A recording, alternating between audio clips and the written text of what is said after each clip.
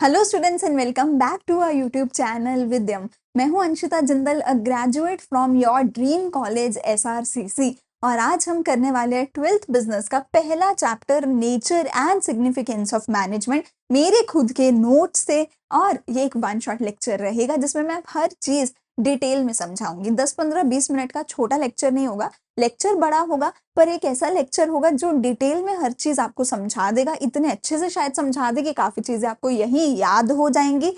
Acronyms साथ साथ मैं सारे बताने वाली हूँ कि कैसे कैसे बड़े बड़े 6-7-8 पॉइंट्स को एक छोटे से एक्रोनियम में बहुत इजीली याद कर सकते हो। ठीक है, अगर मेरे नोट्स चाहिए तो टेलीग्राम चैनल का लिंक है डिस्क्रिप्शन में, उसको जरूर ज्वाइन कर लेना। अगर डेली एमसीक्यू प्रैक्टिस करना चाहते हो, और ऐसे वैसे एमसीक्यूज नहीं, इंपॉर्टेंट प्रीवियस ईयर एमसीक्यूज जो तुम्हारे बोर्ड्स में 20 मार्क्स के आएंगे और सीयूटी पूरा ही एमसीक्यू आएगा, तो मैं हर रोज व्हाट्सएप चैनल पे 2 एमसीक्यूज पोस्ट करती हूँ, उसके बाद एक्सप्लेनेशन एंड आंसर भी देती हूँ। तो व्हाट्सएप चैनल का लिंक है नीचे, वो भी ज्वाइन करना। सारी सब्जेक्ट्स की प्लेलिस्ट का लिंक है नीचे, वो भी सेव कर लेना, सो दैट कोई भी चैप्टर कभी भी देखना हो देख सकते हो। तो मैं आपको इको एंड बिजनेस पढ़ाती हूँ, एंड योर अकाउंट्स टीचर संयम sir, he is also SRCC graduate. He teaches accountancy हमारे चैनल पे, and he scored 100% in class 12th and he was state topper class 12th में। ठीक है, and he is also gold medalist from SRCC in accountancy। ठीक है,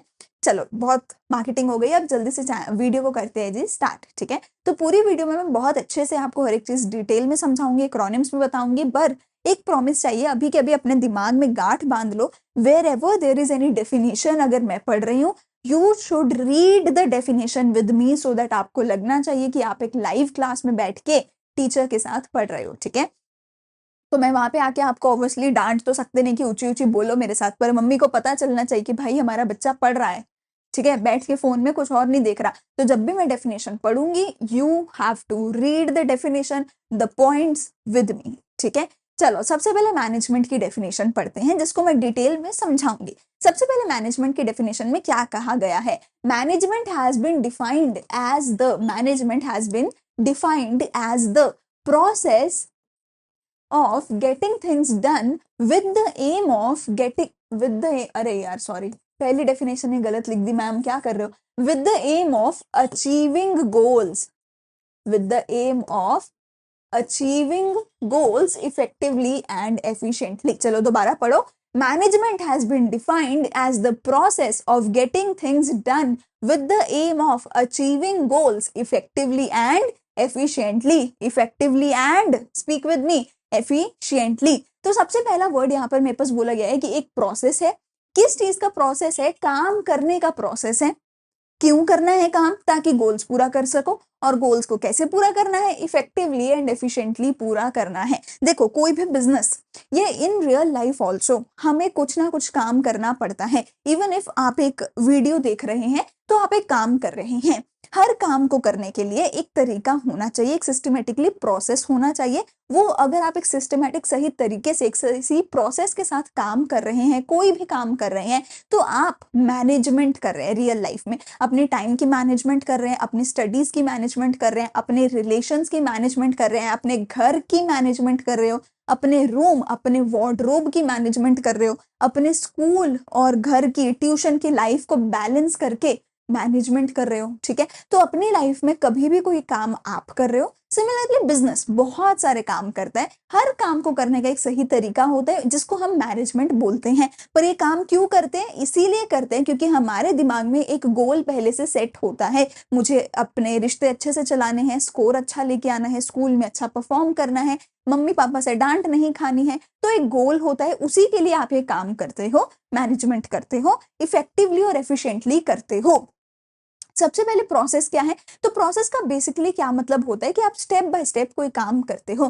पढ़ो, the term process refers to the primary activities performed in an organisation by the management to achieve their objectives. It includes planning, organizing, staffing, directing and controlling. ठीक है, तो basically management के process में हम ये सारे काम करते हैं। क्यों करते हैं? सो दैट जो भी ऑर्गेनाइजेशन है वो अपने गोल्स को अचीव कर सके, अपने ऑब्जेक्टिव्स को फाइनल अचीव कर सके। और इस प्रोसेस में क्या आएगा? तुम्हारी बुक नंबर 1 के सारे चैप्टर्स आएंगे इस पर्टिकुलर प्रोसेस में, प्लानिंग से लेके कंट्रोलिंग तक, ठीक है। इफेक्टिव और एफिशिएंट का क्या है, देखो इफेक्टिव में मैंने टी को कैपिटल किया है, एफिशिएंट में मैंने सी को कैपिटल किया है। इफेक्टिव में मैंने टी को कैपिटल किया है, एफिशिएंसी में मैंने सी को कैपिटल किया है। तो टी फॉर टाइम को यहाँ पे बचाना है, सी फॉर कॉस्ट को यहाँ पे बचाना है। अगर आप कम से कम टाइम में काम पूरा कर देते हैं तो आप इफेक्टिव हैं, अगर आप कम से कम कॉस्ट में काम पूरा कर देते हैं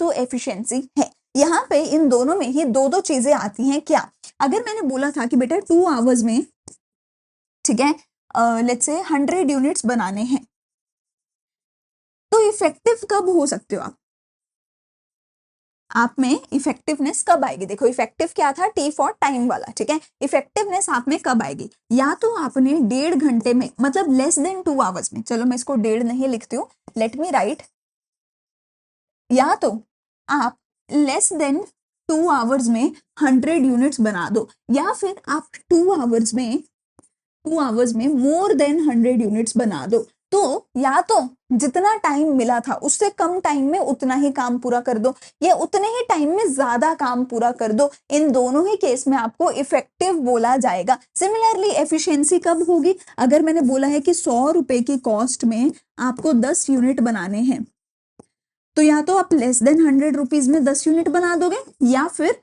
आप 100 रुपीज में मोर देन 10 यूनिट्स बना दोगे, ठीक है। तो दोनों ही चीजें यहाँ पर होनी चाहिए, या तो 100 रुपए से कम में बना दो, या 100 रुपए में ज्यादा बना दो। तो मिनिमम टाइम में मिनिमम कॉस्ट में काम कर दो, या उतनी ही कॉस्ट में ज्यादा काम आप करके दे रहे हो, ठीक है, उतने ही कॉस्ट में उतने ही टाइम में। दोनों ही केस में आपको इफेक्टिव एफिशिएंट बोला जाएगा। तो effectiveness T for time, efficiency C for cost का ध्यान रखना है। तो इफेक्टिवनेस में क्या है? Completion of the task in the allotted time frame. If efficiency में क्या है? Completing the task with minimum cost as well as optimum utilisation of resources. पैसे को, रिसोर्सेज को बिना खराब किए काम करना एफिशिएंसी होता है। मैनेजमेंट की कैरेक्टरिस्टिक्स क्या है? देखो मैनेजमेंट की कैरेक्टरिस्टिक्स क्या है? एक्रोनियम है go mummy papa go to CID, यानी कि GMP, गो मम्मी पापा, GMP, फिर G, ठीक है, 2 को छोड़ दो, 2 का कुछ नहीं है बीच में, फिर क्या है? CID, go mummy papa go to CID। मेरा बहुत फेमस एक्रोनियम था, पिछले साल सारे जितने भी मेरे स्टूडेंट्स थे सबने इसी के बेसिस पे अपने बोर्ड एग्जाम्स, अपने CUT दिया है, ठीक है। एंड ये ऐसा एक्रोनियम है जो नॉट जस्ट इस चैप्टर में, बल्कि प्लानिंग, ऑर्गेनाइजिंग, आगे जितने भी चीजों के कैरेक्टरिस्टिक्स पढ़ोगे सबकी कैरेक्टरिस्टिक्स में मैं सेम आपको याद करवाऊंगी, थोड़ा थोड़ा चेंज करके, मेजरली CID वाला ही आपको याद कराऊंगी। तो मैंने जितने भी एक्रोनियम बनाए हैं इस हिसाब से बनाए हैं कि ऐसा ना हो इतने एक्रोनियम हो जाए कि तुम्हें एक्रोनियम ही कंफ्यूज कर दें। तो एक्रोनियम भी मैंने सिमिलर बनाए हैं सो दैट तुम एक्रोनियम में कंफ्यूज ना हो जाओ। तो मैनेजमेंट का एक्रोनियम क्या है? Go mummy papa go to CID। Planning P से होगा, तो प्लानिंग के एक्रोनियम को हम P से शुरू कर देंगे, please mummy papa go to CID, ठीक है। तो मैं इस तरीके से आपको सारे एक्रोनियम करवाऊंगी कि आपको कंफ्यूजन ना हो, ठीक है। तो एक्रोनियम क्या है, और मुझे कमेंट सेक्शन में टाइम स्टैम्प के साथ अभी के अभी प्लीज लिखकर एक बार बोल दो क्या है एक्रोनियम कैरेक्टरिस्टिक ऑफ मैनेजमेंट का। बोलो मेरे साथ, गो mummy papa go to CID, बोलो गो mummy papa go to CID। इतना ऊंची मत बोलना, मम्मी सच में भाग जाए सुन के कि अरे अरे बेटा CID में जाने को बोल रहा है, क्या कर दिया मेरे बेटे ने, ठीक है। चलो सबसे पहले क्या है? G, फिर M, फिर P, G, C, I, D, ठीक है। तो G से है गोल ओरिएंटेड। हमें सबसे पहले अपने गोल्स के बारे में पता होना चाहिए, उन गोल्स को पूरा करने के लिए ही मैनेजमेंट करी जाती है। अगर आपका गोल, सबसे पहले आपको पता होगा कि मुझे पढ़ाई में अच्छे स्कोर लाना है, तभी पढ़ने बैठोगे, तभी मैनेजमेंट पढ़ाई की करोगे। अगर गोल ही नहीं है अच्छा स्कोर लाना, then you will not manage your studies. तो पहले गोल पता होना चाहिए। सबसे पहला स्टेप क्या होता है? सेटिंग ऑफ द गोल्स, ठीक है, setting of objectives. Multi dimensional है, मतलब इसमें हम अपने काम, अपने लोगों और अपने ऑपरेशंस को मैनेज करते हैं। पीपल तो पता है, अपने employees, lower level, middle level, top level, सारे एम्प्लॉयज को मैनेज करते हैं। वर्क से मेरा मतलब होता है मेरे ऑफिस रिलेटेड जितने भी काम हैं, HR का, अकाउंट्स का, सेल्स का, वो सारा भी मैनेज होता है। और ऑपरेशंस का मतलब होता है मेरे फैक्ट्री रिलेटेड जितने भी काम हैं, बेसिकली मेरी प्रोडक्शन, रॉ मटेरियल को खरीदना, फाइनल प्रोडक्शन करना, वो सारा जो काम है वो भी मैनेज किया जाता है। तो हम एक बिजनेस में मैनेजमेंट में क्या क्या मैनेज करते हैं, अपने लोगों को भी मैनेज करते हैं, अपने ऑफिस रिलेटेड कामों को भी मैनेज करते हैं, एचआर का, अकाउंट्स का, सेल्स का, ठीक है, मार्केटिंग का, एंड हम अपने फैक्ट्री रिलेटेड ऑपरेशंस को भी मैनेज करते हैं, ठीक है। परवेसिव, परवेसिव का मतलब होता है कि भैया हर जगह मैनेजमेंट चाहिए, चाहे तुम्हारी कंपनी बहुत छोटी है, चाहे वो बहुत बड़ी है, चाहे वो इंडिया में है, चाहे वो अमेरिका में है, चाहे वो सर्विसेज की कंपनी है, चाहे वो गुड्स की कंपनी है, हर तरीके की कंपनी में तुम्हें मैनेजमेंट की जरूरत होती है। इस दुनिया की कोई भी बिजनेस बिना मैनेजमेंट के नहीं चल सकता। ग्रुप एक्टिविटी है, हर एक मैनेजमेंट को, हर एक मैनेजर को करना पड़ेगा, फिर चाहे वो टॉप लेवल का हो, मिडिल लेवल का हो या लोअर लेवल का हो, सबको मैनेजमेंट करनी पड़ेगी, साथ मिलके करनी पड़ेगी, ठीक है। कंटिन्यूस है, लगातार करनी पड़ेगी। ऐसा नहीं हो सकता कि एक बार प्लान बना दिया वो उम्र भर चलता रहेगा। लगातार हर दिन सुबह उठ के मैनेज करते हो ना यार, आज ये करना है, आज ये करना है, ये करना है, तो हर दिन हर रोज लगातार करनी पड़ेगी। इनटैंजिबल है, देखी नहीं जा सकती। यू कैन ओनली फील कि हाँ यार मैंने ना 10 चैप्टर करने को सोचा था और 10 चैप्टर हो गए, या मैंने 10 करने का सोचा था पर हुए सिर्फ 8 हैं। क्या तुम देख सकते हो कि 10 चैप्टर सोचा था? अरे सोचा का तो मतलब ही है ये कि दिमाग में सोचा था। तो मैनेजमेंट इंटैंजिबल है, मैनेजमेंट को देख नहीं सकते, टच नहीं कर सकते, स्टोर करके नहीं रख सकते, उसको सिर्फ आप फील कर सकते हो, सिर्फ फील कर सकते हो कि कितना सोचा था, क्या सोचा था, कैसे सोचा था और क्या हुआ। डायनामिक है, लगातार बदलती रहती है, मैनेजमेंट लगातार बदलती रहती है, हमारा एनवायरनमेंट लगातार बदलता रहता है। मैंने सोचा था आज पूरा काम कर दूंगी, आज मैं बीमार हो गई, आज मेरे घर पे रिलेटिव्स आ गए, आज मेरे दोस्त का फोन आ गया, आज कुछ ऐसा हो गया कि मैं काम नहीं कर पाई। Now I have to make a plan again, I have to do everything again, so I have to constantly change my management according to my business environment. जैसे ही एनवायरमेंट चेंज होगा, मुझे मेरे मैनेजमेंट को भी चेंज करना पड़ेगा। सो continuously changing होती है मैनेजमेंट। तो क्या है इसका एक्रोनियम, मुझे प्लीज कमेंट सेक्शन में लिख के बताना ताकि तुम सबको याद हो जाए। Go mummy papa, go to CID। चलो, इंपॉर्टेंस ऑफ मैनेजमेंट क्या है, मैनेजमेंट की इंपॉर्टेंस क्या क्या है। अब फिर से हमारे पास एक्रोनियम है, एक्रोनियम क्या है, हमारी चड्डी, ठीक है, चड्डी बड्डी हमारा। तो हमारी इंपॉर्टेंस ऑफ मैनेजमेंट क्या है कि भैया मैनेजमेंट हमारी चड्डी बड्डी है, ठीक है। तो चड्डी है हमारी मैनेजमेंट की इंपॉर्टेंस। इंपॉर्टेंस थी क्या थी, हाँ, इंपॉर्टेंस क्या है, creates dynamic environment, dynamic organisation. अगर काम अच्छे से करते हो तो तुम एक ऐसी ऑर्गेनाइजेशन बना सकते हो जो चेंज के साथ चल सकती है। मतलब अगर मैं अच्छे से मैनेज करूंगी तो मैं पता है क्या करूंगी, मैं बोलूंगी कि ना 4 चैप्टर करने हैं, 4 दिन का टाइम लगना चाहिए, मैं 5 दिन लेकर चलती हूँ कि मुझे 5 दिन में करना है। क्यों? क्योंकि एक दिन मैंने बीच में रखा है स्पेयर, कि बीच में कभी मैं बीमार हो गई या कुछ भी हो गया तो मैं उसको 5वें दिन पे कवर कर लूंगी, ठीक है। तो जब आप अच्छे से मैनेजमेंट करते हो तो जैसे ही ऑर्गेनाइजेशन में कुछ चेंज आएगा, आप उस चेंज के साथ कोप अप कर पाओगे। हेल्प्स इन अचीविंग गोल्स, गोल को तभी पूरा कर पाओगे जब मैनेज हो रखा होगा काम। अगर काम मैनेज ही नहीं होगा, गोल पूरा नहीं होगा। अचीविंग पर्सनल ऑब्जेक्टिव्स, आपके पर्सनल ऑब्जेक्टिव्स यानी आपके एम्प्लॉयज से रिलेटेड जितने भी ऑब्जेक्टिव्स हैं उसको पूरा करने में भी हेल्प करती है हमारी मैनेजमेंट। सोसाइटी की डेवलपमेंट करने में भी हेल्प करती है मैनेजमेंट, क्योंकि जब आप अच्छे से मैनेज करोगे ना सब कुछ, तो आप अपने एम्प्लॉयज को भी खुश रखोगे, कस्टमर्स को भी खुश रखोगे, गवर्नमेंट को भी खुश रखोगे, सप्लायर्स को, इन्वेस्टर्स को, सबको खुश रखोगे। क्योंकि आप मैनेजमेंट अच्छे से कर रहे हो ना, आप सब कुछ पहले से प्री प्लान करके चल रहे हो, आपने पहले से देख रखा है कि अगर गलती हुई तो क्या होगा, अगर कुछ बिगड़ा तो क्या होगा। तो आप जब अच्छे से काम करोगे, आप सोसाइटी का भी भला कर पाओगे, अपनी सोशल रिस्पॉन्सिबिलिटी को भी फुलफिल कर पाओगे। इंक्रीजिंग एफिशिएंसी, एफिशिएंसी क्या था, C फॉर कॉस्ट। तो कॉस्ट को कम करने में भी मदद करेगी हमारी मैनेजमेंट, ठीक है। एंड इफ यू सी, ऐसा कुछ भी नहीं है इनमें जो ऑलरेडी हम नहीं पढ़ चुके। डायनामिक पढ़ चुके, एफिशिएंसी पढ़ चुके, ठीक है, पर्सनल ऑब्जेक्टिव्स अभी पढ़ेंगे, ऑब्जेक्टिव्स में ग्रुप गोल्स पढ़ चुके, ठीक है। इन दोनों के बारे में अभी हम ऑब्जेक्टिव्स में पढ़ लेंगे। तो टेक्निकली इंपॉर्टेंस में कुछ भी ऐसा नहीं है जो अलग है, ये सब कुछ ऑलरेडी हम फीचर्स में, डेफिनेशन में, ये ऑब्जेक्टिव्स में पढ़ने वाले हैं, ठीक है। चलो, तो एक्रोनियम क्या है, चड्डी, ठीक है, हमारा चड्डी बड्डी। लेवल्स ऑफ मैनेजमेंट 3 होते हैं, top level, middle level, lower level, ठीक है, TML। सबसे पहले जो टॉप लेवल मैनेजमेंट होती है उसमें कौन आते हैं? CEOs आते हैं, बोर्ड ऑफ डायरेक्टर्स आते हैं, मैनेजिंग डायरेक्टर आता है, जनरल मैनेजर आता है, या चीफ वर्ड अगर कभी भी लिखा आ जाए तो वो टॉप लेवल मैनेजर होता है, ठीक है। तो जो भी लेवल्स ऑफ मैनेजमेंट है 90% ऑफ द केस में you will not get a question कि 5 नंबर का क्वेश्चन है explain about 3 levels of management, ऐसा मोस्ट ऑफ द केस में नहीं होने वाला है। तो क्या इसका क्वेश्चन नहीं आएगा? इसका क्वेश्चन बहुत ज्यादा बार आता है, बहुत ज्यादा चांसेस है कि इसका क्वेश्चन आएगा। पर कैसे आएगा?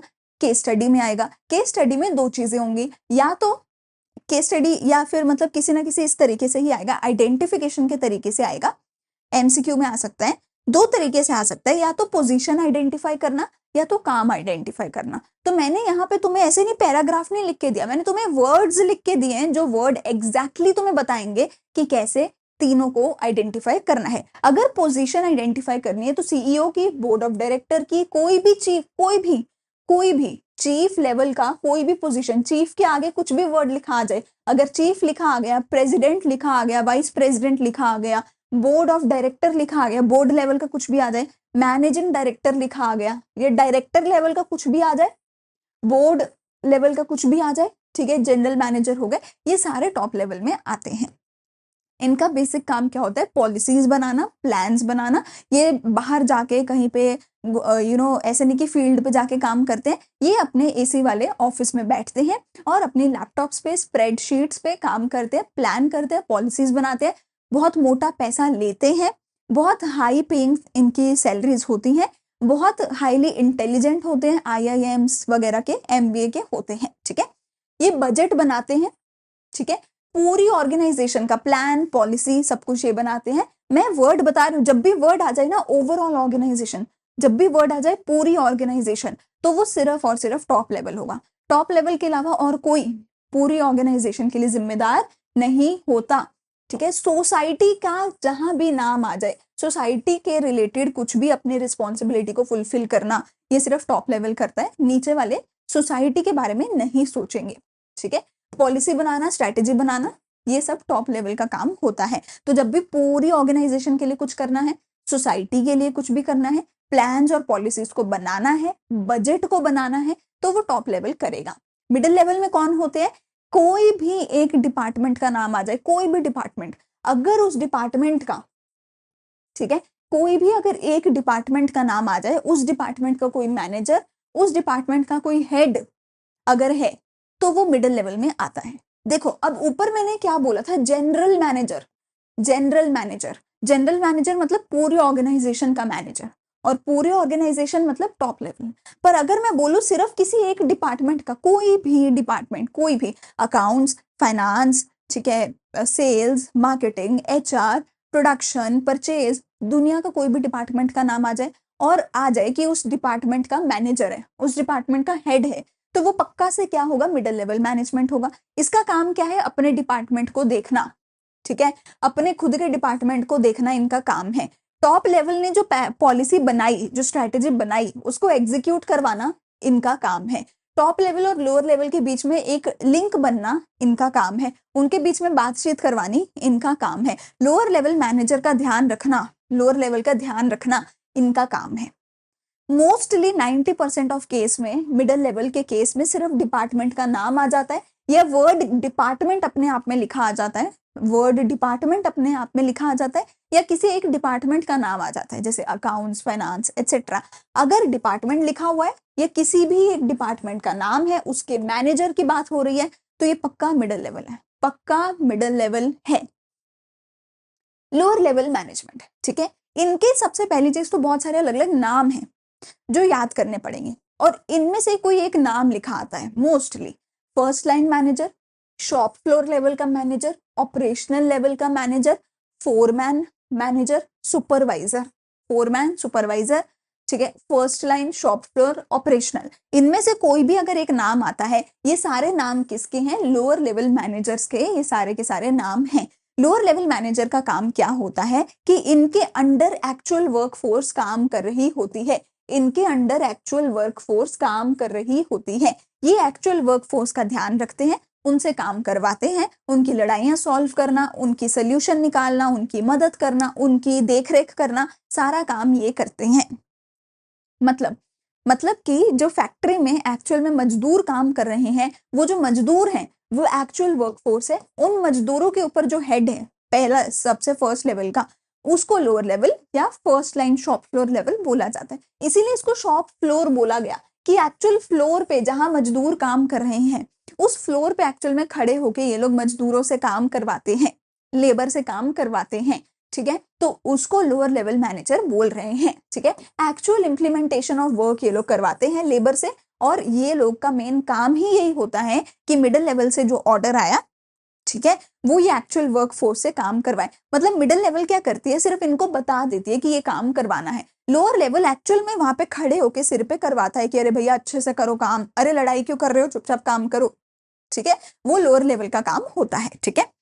तो मैंने तुम्हें बता दिया है कि एग्जैक्टली क्या लिखा आएगा पोजीशन के बारे में या उनके नाम और उनके काम के बारे में, ठीक है। स्क्रीनशॉट्स लेने की कोई जरूरत नहीं है। इफ यू से कि भैया पीछे हो जाओ, स्क्रीनशॉट लेने दो, ये पूरे के पूरे नोट्स बहुत साफ सफाई से, यहाँ पे तो मैंने घचमच किया हुआ है, ठीक है, साफ सफाई से टेलीग्राम पे मिल जाएंगे। वहां से जाके पूरा पीडीएफ उठाओ ना, क्यों एक एक स्क्रीनशॉट लेके फोन भरते हो, मिलेंगे भी नहीं स्क्रीनशॉट कभी वापस से तुम्हें, ठीक है। ये वापस से आ गया, चलो ये तो रिपीट हो गई है हमारी स्लाइड। चलो ऑब्जेक्टिव्स ऑफ मैनेजमेंट, 3 ऑब्जेक्टिव्स होते हैं, OPS ऑपरेटिंग सिस्टम। 3 ऑब्जेक्टिव्स होते हैं, क्या, ऑर्गेनाइजेशनल, पर्सनल, सोशल। क्या, ऑर्गेनाइजेशनल, पर्सनल, सोशल, ठीक है, ऑर्गेनाइजेशनल, पर्सनल, सोशल। तो सिंपल भाषा में अगर तुम सोचो, अगर तुम किसी का भला करने का सोचो, ठीक है, अगर तुम्हें फॉर एग्जाम्पल मैं 1 करोड़ रुपए दूं और तुम सोचो इस 1 करोड़ रुपए से तुम्हें किसी का भला करना है, तो तुम किसका करोगे? सबसे पहले अपना, कि मुझे गाड़ी चाहिए, मुझे घर चाहिए, मुझे कपड़े चाहिए, सबसे पहले ये करोगे। अपना हो गया, मम्मी को भी चाहिए, पापा को भी चाहिए, भाई को भी चाहिए, बहन को भी चाहिए, अपने घर वालों का। और जब अपने घर वालों का भी भला हो गया, अपना भी हो गया, अपने घर वालों का भी हो गया, फिर किसके पास जाओगे? फिर सोचोगे कि चलो थोड़ा गरीबों का भला कर देते हैं, सोसाइटी में किसी का भला कर देते हैं, अपने दोस्त का या किसी रिश्तेदार का भला कर देते हैं। तो टेक्निकली कोई भी इंसान अगर सोचता है सबसे पहले अपने बारे में, फिर अपने परिवार के बारे में, और फिर बाहर जाके दुनियादारी और सोसाइटी के बारे में सोचता है। 3 चीजों के बारे में हम सोचते हैं। कंपनी भी यही करती है, पहले अपने बारे में सोचती है ऑर्गेनाइजेशनल गोल्स में, फिर अपने परिवार के बारे में यानी अपने एम्प्लॉइज के बारे में सोचती है, और फिर सोसाइटी के बारे में सोचती है।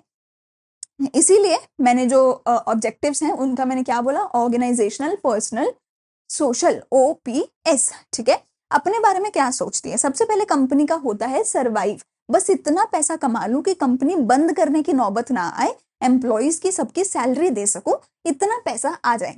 अब इतना पैसा आ रहा है, सर्वाइवल हो रहा है, तो हम कहेंगे इतना पैसा आ जाए, प्रॉफिट कमा सकूं, अपना घर भी अच्छे से चला सके, सारे इनकी सैलरी बढ़ा सकूं, इंप्रूवमेंट थोड़ा थोड़ा कर सकूं। अगर प्रॉफिटेबल भी हो गए, अब हम सोचेंगे ग्रोथ एंड एक्सपेंशन के बारे में कि अब मुझे एक नई ब्रांच खोलनी है, नया प्रोडक्ट लॉन्च करना है, और बड़ा ऑफिस लेना है, फिर ग्रोथ के बारे में सोचेंगे। तो सर्वाइवल, प्रॉफिट, ग्रोथ, मतलब पहले रोटी कपड़ा मकान चाहिए, फिर एक और अच्छी नौकरी चाहिए, फिर एक बहुत अच्छा घर चाहिए, है ना, फिर वो ग्रोथ करनी है। तो सबसे पहले सर्वाइवल, फिर प्रॉफिट, फिर ग्रोथ के बारे में कंपनी सोचेगी। अपने लोगों का क्या सोचेगी? उनको पैसा अच्छा दे, उनको सोशल स्टेटस अच्छा दे, और उनको हायर लेवल नीड्स भी उनकी पूरी करे, उनको एक अच्छा ग्रुप हम बना कर दे लोगों का, ठीक है, एक अच्छा साफ सुथरा एनवायरनमेंट दें हम उनको, जहाँ पे वो अच्छे से काम कर सके, ठीक है। तो ये हमें अपनी फैमिली के लिए, अपने एम्प्लॉइज के लिए करना है। पर्सनल मतलब पर्सोनल, एम्प्लॉइज के रिलेटेड गोल्स। सोसाइटी के लिए क्या करना है? सोसाइटी को एम्प्लॉयमेंट दो, एनवायरनमेंट को खराब मत करो, और पब्लिक के लिए फैसिलिटीज बनाओ। जैसे पब्लिक के लिए आप वॉशरूम्स बना सकते हो, पार्क्स बना सकते हो, स्कूल, हॉस्पिटल्स, कुछ भी कर सकते हो। अगर आप सोसाइटी का भला करोगे तो सोसाइटी आपके बिजनेस को पसंद करेगी और बदले में आपके प्रोडक्ट्स खरीदेगी, ठीक है। चलो गोल्स हो गए। अब आते हैं नेचर ऑफ मैनेजमेंट। क्या मैनेजमेंट एक साइंस है, एक आर्ट है, या एक प्रोफेशन है? क्या मैनेजमेंट एक साइंस है? देखो, तो सिस्टमेटिक बॉडी ऑफ नॉलेज होनी चाहिए अगर तुम्हें किसी भी चीज को साइंस बोलना है तो क्या एक सिस्टमेटिक बॉडी ऑफ नॉलेज है? जो मैं तुम्हें पढ़ा रही हूँ यही तो है बॉडी ऑफ नॉलेज। ये पूरी पूरी किताबें हैं, पूरी एमबीए जो है वो मैनेजमेंट के बारे में ही होती है, बीएमएस बीबीए जो तुम करते हो वो मैनेजमेंट के बारे में ही होती है। तो पूरी मोटी मोटी किताबें हैं, ग्रंथ हैं जो मैनेजमेंट पढ़ाते हैं। तो जी हाँ, बॉडी ऑफ नॉलेज है। क्या इसके प्रिंसिपल एक्सपेरिमेंट के ऊपर बेस्ड है? तो हाँ, यहाँ पे जो एक्सपेरिमेंट होते हैं वो केमिकल्स के ऊपर नहीं होते हैं, वो होते हैं इंसानों के ऊपर। इंसानों के एक ग्रुप ये बना दिया, एक ग्रुप वो बना दिया, इनको अलग तरीके से रखा, उनको अलग तरीके से रखा, फिर उनका नोट किया कि रिस्पॉन्स क्या आया। तो एक्सपेरिमेंट होते हैं लोगों के ऊपर होते हैं। क्या ये जो लॉ है वो यूनिवर्सल वैलिड है? जी हाँ, यूनिवर्सली वैलिड होते हैं। जो लॉज होते हैं हर जगह पे वो वैलिड होते हैं। जैसे तुम चैप्टर 2 में प्रिंसिपल्स पढ़ते हो, वो प्रिंसिपल्स दुनिया के हर बिजनेस पे लागू होते हैं। तो जी हाँ, यूनिवर्सली वैलिड है। तो फिर तो मैनेजमेंट एक साइंस हुआ। पर मैनेजमेंट एक अप्लाइड साइंस है, एक एग्जैक्ट साइंस नहीं है।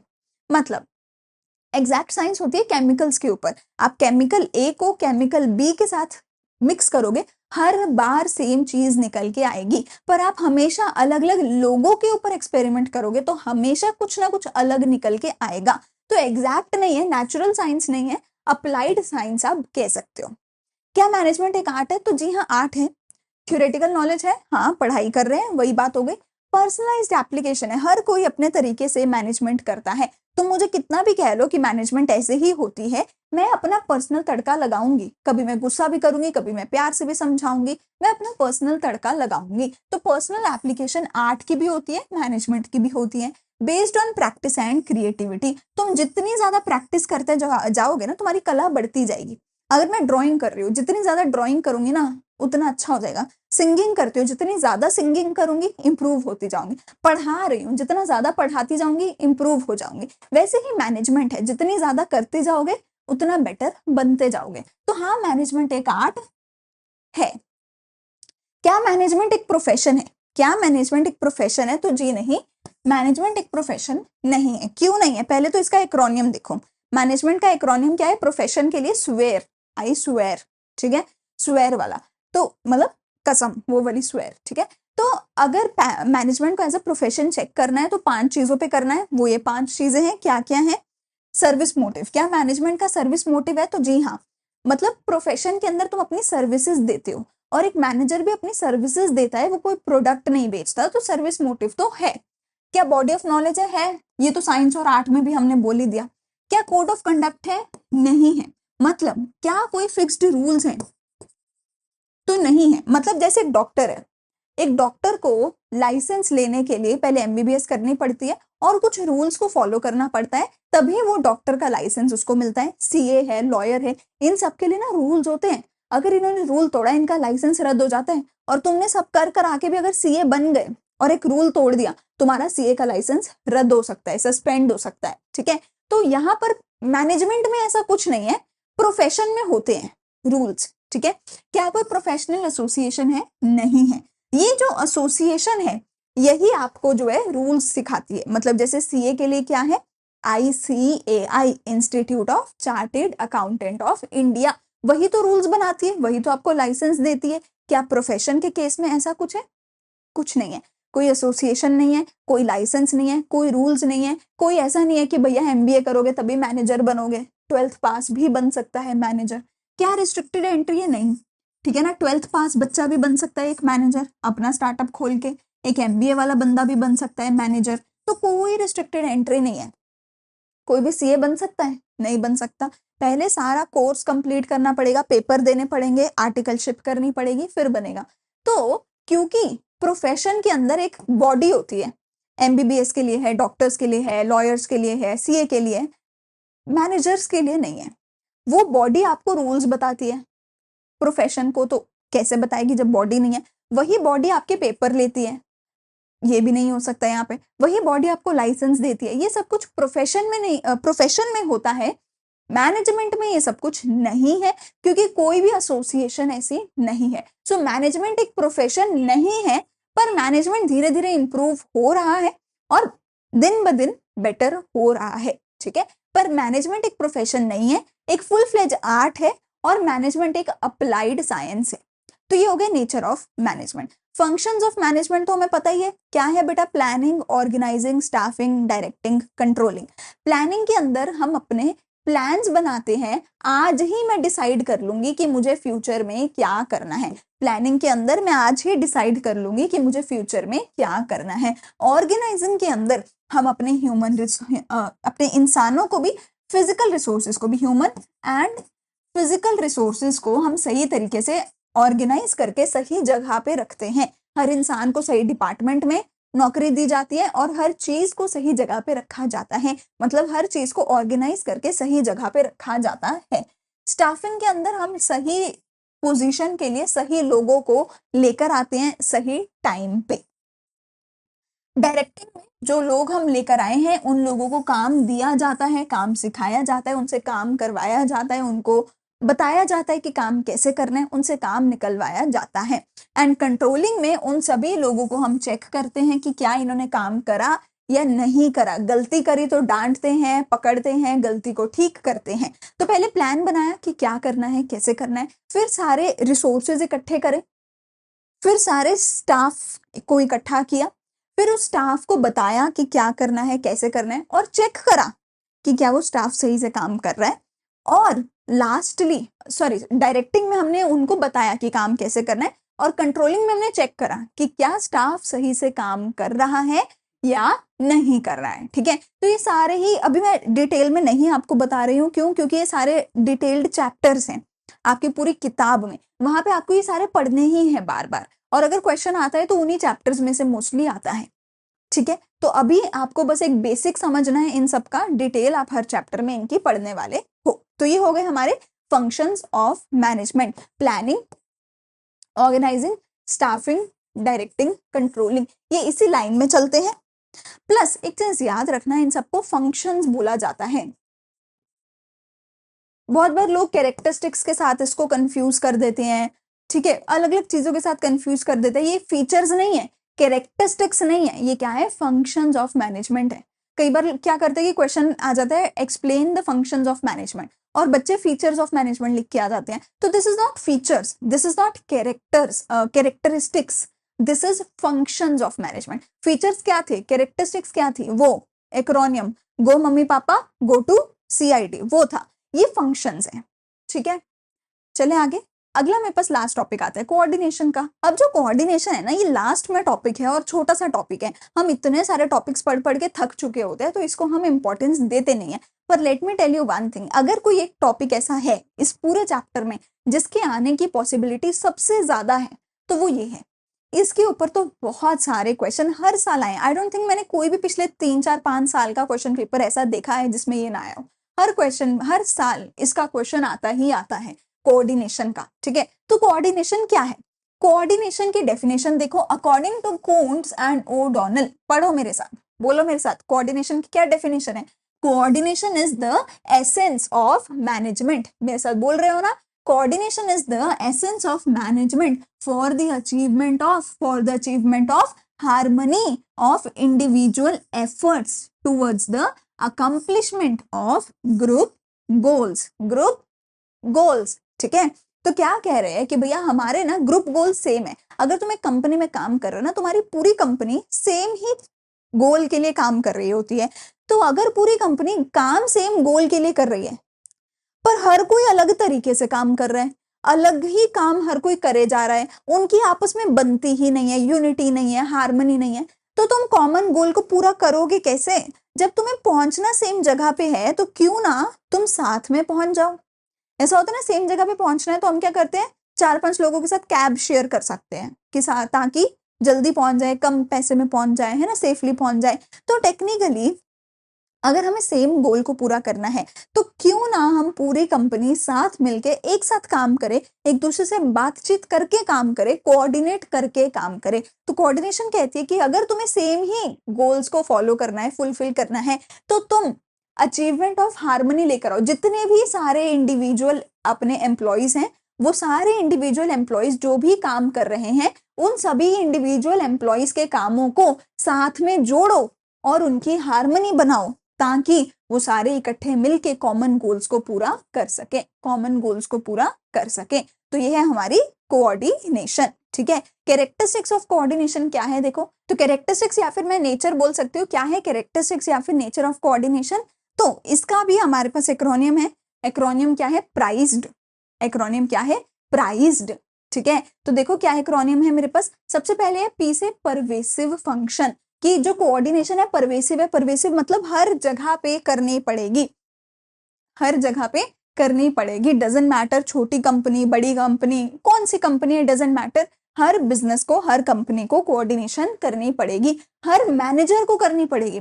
तुम ये नहीं कर सकते कि सिर्फ लोअर लेवल वाले आपस में करते रहे, मिडिल को भी टॉप लेवल को भी, सबको आपस में और एक दूसरे के साथ कोऑर्डिनेट करना पड़ेगा, तभी कॉमन गोल्स पूरे हो सकते हैं।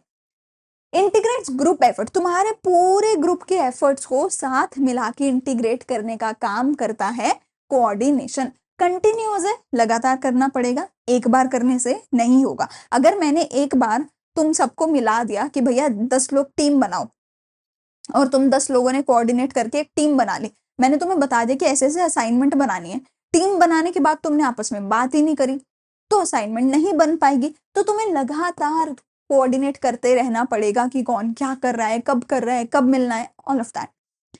यूनिटी ऑफ एक्शन, एकता आती है अगर तुम कोऑर्डिनेशन करते हो तो, ठीक है। और डेलिब्रेट फंक्शन है, जानबूझ के करे जाने वाला काम है। तुम अपने आप नहीं सोच सकते कि भैया चल मैं एक काम करता हूँ, मैं चैप्टर 1 की असाइनमेंट बना देता हूँ, बाकी लोग अपना अपने आप देख लेंगे। ऐसा नहीं हो सकता कि बाकी अपने आप देख लेंगे। सोचो मैंने तुम 10 लोगों को बोला कि ना 5 चीजों पे असाइनमेंट बना के लाओ, हर कोई एक ही चीज पे बना लाया, क्यों, क्योंकि सबको लगा मैं अपना एक देख लेता हूँ, बाकी अपना देख लेंगे, आपस में बात ही नहीं करी। और सोचो तुम सारे सेम ही चीज पे बना लाए, जबकि तुम सबको मिलके 5 पे बनानी थी। तो बेस्ट डिसीजन क्या होगा, सारे आपस में बात करेंगे और एक एक आपस में डिवाइड करेंगे कि किसने क्या करना है। और वो डिसाइड तभी होगा जब तुम जानबूझ के सोच समझ के एक दूसरे से बात करोगे, कोई मीटिंग करोगे, कोऑर्डिनेट करोगे और डिसाइड करोगे कि किसने क्या करना है। तो अपने आप नहीं हो सकता कि मैं अपना देख लेता हूँ सब अपना अपना देख लेंगे, ऐसे नहीं होता। करना पड़ता है कि नहीं भैया मैं अपना भी देखूंगा और मुझे सबके साथ मिलके अपना देखना पड़ेगा, और सारे लोग मिलके कोऑर्डिनेशन करें। अगर मैं अकेली सोचूं कि पूरी टीम में से मैं ही हूं जो कोऑर्डिनेशन करना चाहती हूँ, तो भी नहीं हो सकता, हर एक टीम मेंबर को कोऑर्डिनेट करना पड़ेगा, ठीक है। लास्टली मेरे पास आती है इंपॉर्टेंस ऑफ कोऑर्डिनेशन। एक्रोनियम क्या है हमारा, जीआईएफ्स। जीआईएफ्स गिफ्स भेजते रहते हो ना व्हाट्सएप वगैरह पे, तो क्या है इंपॉर्टेंस, और ये इंपॉर्टेंट टॉपिक है, इसके ऊपर क्वेश्चन आता है। अच्छा कोऑर्डिनेशन में याद रखना भैया कि इंपॉर्टेंस का क्वेश्चन आ रहा है या फीचर्स का, कैरेक्टरिस्टिक्स का, क्योंकि बच्चों को ये नहीं याद रहता कि इंपॉर्टेंस कौन सी थी दोनों में से और कैरेक्टरिस्टिक्स कौन से थे। तो characteristics are priced, pervasive and all of that, ठीक है। लेकिन इंपॉर्टेंस क्या है, जीआईएफ्स। ग्रोथ इन साइज, अगर कोऑर्डिनेशन करोगे तभी तुम्हारा साइज ग्रो होगा कंपनी का, और जितनी बड़ी कंपनी बनती जाएगी कोऑर्डिनेशन उतनी जरूरी होती जाएगी। अगर छोटी सी कंपनी है, हम 5 लोग हैं, 5 लोग तो साथ में बैठ के काम कर लेंगे यार, कितना ही मुश्किल होगा कोऑर्डिनेट करना। पर जब 500 लोग हैं तब असली जरूरत समझ आएगी कि भैया कोऑर्डिनेशन कितना जरूरी है, ठीक है। फंक्शनल डिफरेंशिएशन, हर एक इंसान अलग अलग काम कर सकता है अगर अच्छे से कोऑर्डिनेट किया जाए तो। फंक्शनल डिफरेंशिएशन मतलब तुम अलग अलग फंक्शन अलग अलग काम कर रहे हो, एक एचआर में है, ठीक है, एक सेल्स में है, एक अकाउंट्स में है, हर एक डिपार्टमेंट आपस में अलग अलग अपना काम कर सकता है, कैसे, दूसरे डिपार्टमेंट्स के साथ कोऑर्डिनेट करके।